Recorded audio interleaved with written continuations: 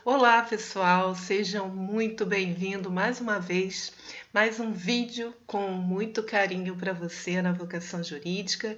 Meu nome é Roberta Andreane Renault e hoje eu quero falar um pouquinho sobre audiência de custódia. Eu sei que eu já fiz vários vídeos sobre o tema e eu até aconselho que você assista, caso não tenha visto ainda. Um desses vídeos fala o passo a passo de como atuar nessas audiências e é uma audiência de extrema importância, né? Só que nós estamos num momento bem conturbado, estamos numa pandemia e justamente em prol da integridade da saúde dos presos é que essas audiências foram suspensas. No Tribunal de Justiça do Rio de Janeiro, havia até uma possibilidade de realização de audiência de custódia por videoconferência. Eu, sinceramente, fico é, um pouco sobressaltada, porque qual é o objetivo da audiência de custódia? O principal é justamente analisar a questão da legalidade da prisão em flagrante, né?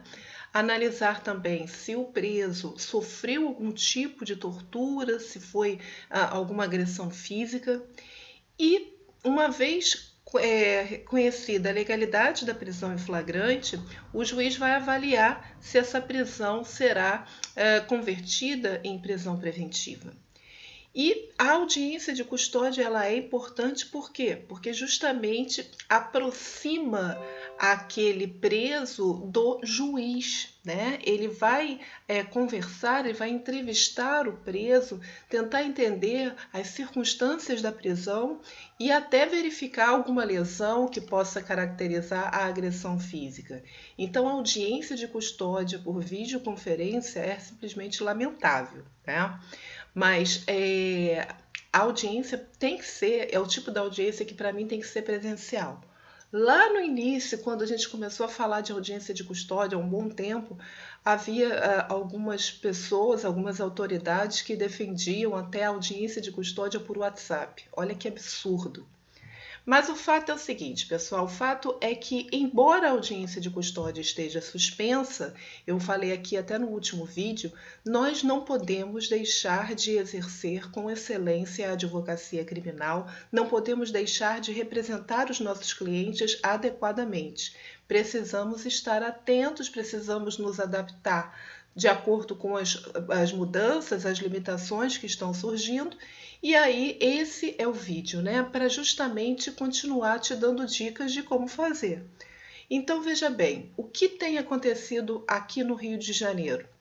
A pessoa é presa, é lavrado o auto de prisão em flagrante. Eu sempre digo aos advogados que me procuram, o ideal é que você vá ao local do flagrante delito, que você acompanhe essa lavratura do APF. Por quê?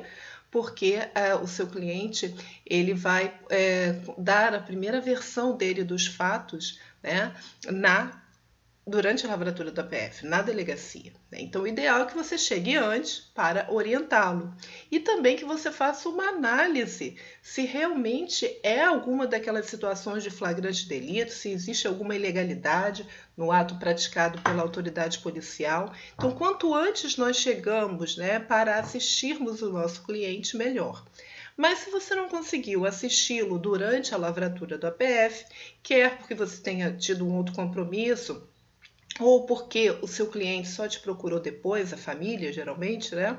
Então, o ideal é que você se posicione pós-lavratura do APF. Como é que a gente faz isso se não tem mais a audiência de custódia? Então, como eu ia dizendo, o preso, ele após a prisão dele, o processo, né, essa lavratura do APF, o APF, ele se torna um processo. Não é processo no termo técnico, porque ainda não existe acusação formalizada, mas isso é substituído por um processo eletrônico, e nesse processo eletrônico o juiz continua analisando a legalidade do flagrante, só que ele vai fazer naquele momento do 306 do Código de Processo Penal. Então, embora não tenha audiência de custódia, haverá um magistrado que avaliará a questão do flagrante delito, que avaliará a necessidade da decretação da prisão preventiva e outros fatores. Então, já que nós não temos a audiência de custódia, vamos nos adaptar ao caso concreto. E nos adaptarmos como? A gente vai fazer uma petição e nessa petição a gente colocará, né, todas as nossas considerações. Então, aquilo que a gente faria na audiência de custódia presencialmente, a gente vai fazer agora por escrito.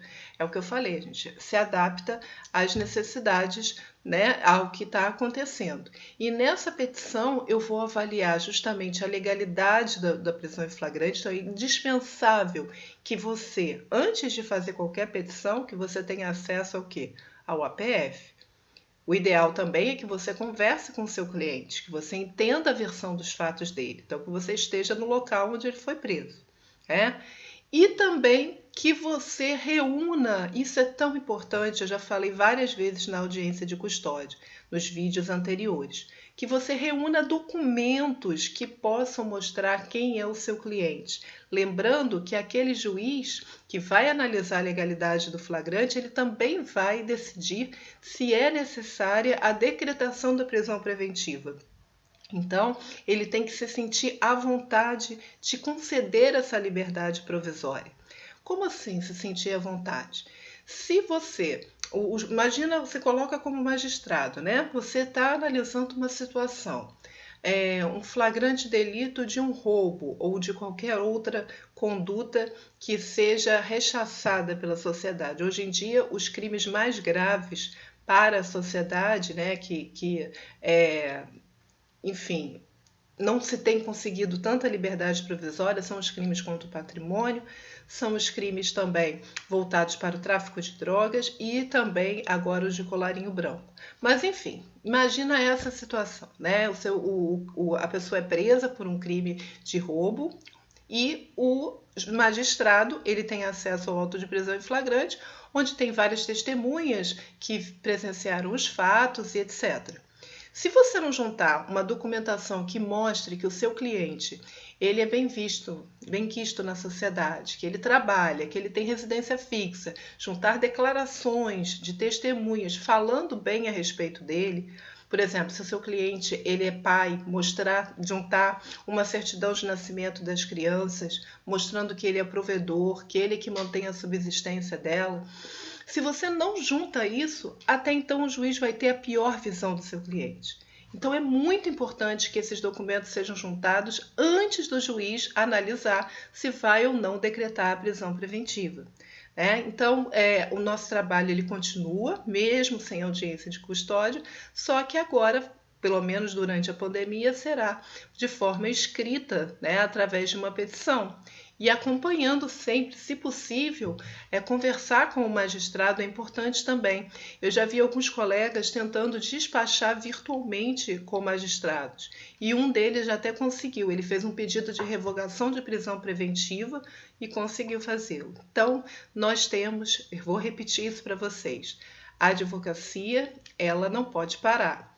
Os nossos clientes continuam sendo violados nos seus direitos e garantias fundamentais. Então, precisamos continuar atuando com excelência e a gente vai se adaptando às condições do momento. Então, não é porque não tem audiência de custódia que você não vai pleitear todos os direitos, entende? Bom, eu quero novamente, eu já tinha falado aqui no vídeo passado, mas eu quero reforçar um convite com muito carinho para você que atua na área criminal, está começando agora e tem muita vontade de se especializar no segmento de execução penal. Eu estou fazendo um treinamento exclusivo e esse treinamento terá 5 meses de duração. É para capacitar realmente o advogado para atuar nessa área. É você entrar num processo eletrônico do CU e você entender toda aquela contagem de prazos, os cálculos, como são feitos, os benefícios adequados ao seu cliente. Então, eu vou trazer a prática, a vivência, o que acontece de fato no cotidiano do advogado quando ele lida com a área de execução penal. E se você quiser maiores informações sobre esse treinamento, basta acessar o link que se encontra aqui embaixo, na parte descritiva do vídeo, E aproveito também para desejar uma excelente semana, muita paz, muita saúde e a gente se vê no próximo vídeo, tá bom? Ó, beijo grande para você, fica com Deus e até a próxima, se Deus quiser. Tchau!